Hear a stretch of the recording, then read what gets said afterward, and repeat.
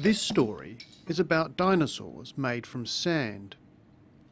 We'll look at the word sculpt, the expression the whole gamut, and the phrasal verb pick up.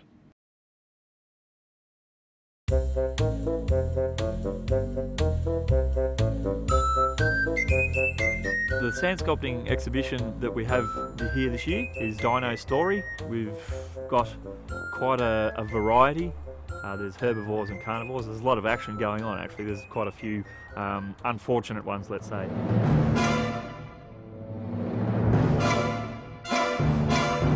The event was put together by around about 21 sculptors.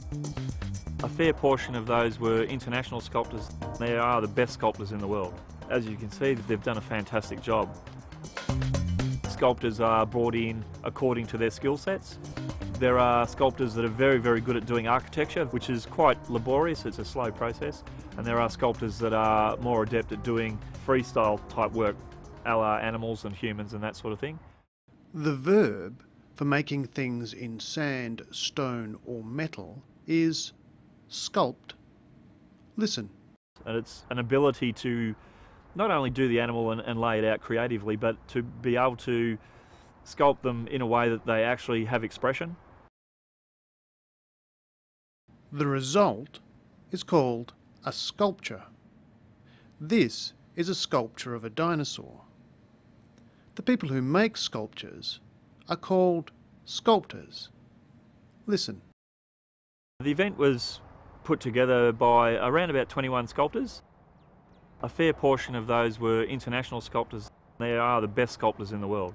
As you can see, they've done a fantastic job. Now listen for the expression the whole gamut.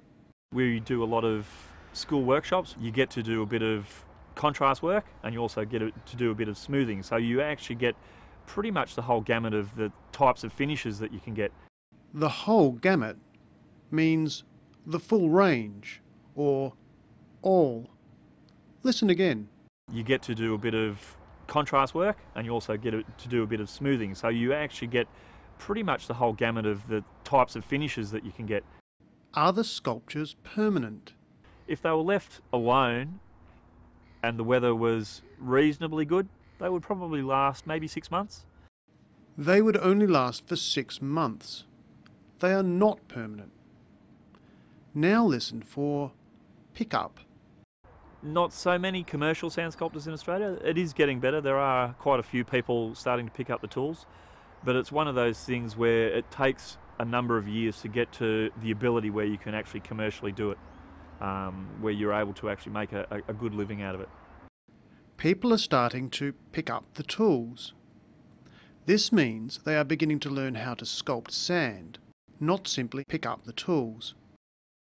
The phrasal verb pick up has many meanings, such as in the next clip. I know that it's been going in America for around about 30 years on this sort of level, so we're about 20 years behind. But it is picking up. Each year we've been picking up a little bit more work and it's becoming a little more diverse in what we're being asked to do. There were two uses of picking up with slightly different meanings. It is picking up each year. That means increasing or improving. We've been picking up a little bit more work. Here it means getting or gaining. Listen again. So we're about 20 years behind. But it is picking up. Each year we've been picking up a little bit more work.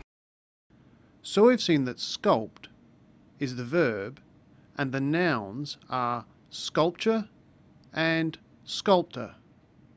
The whole gamut is the full range, and pick up can mean gain or increase.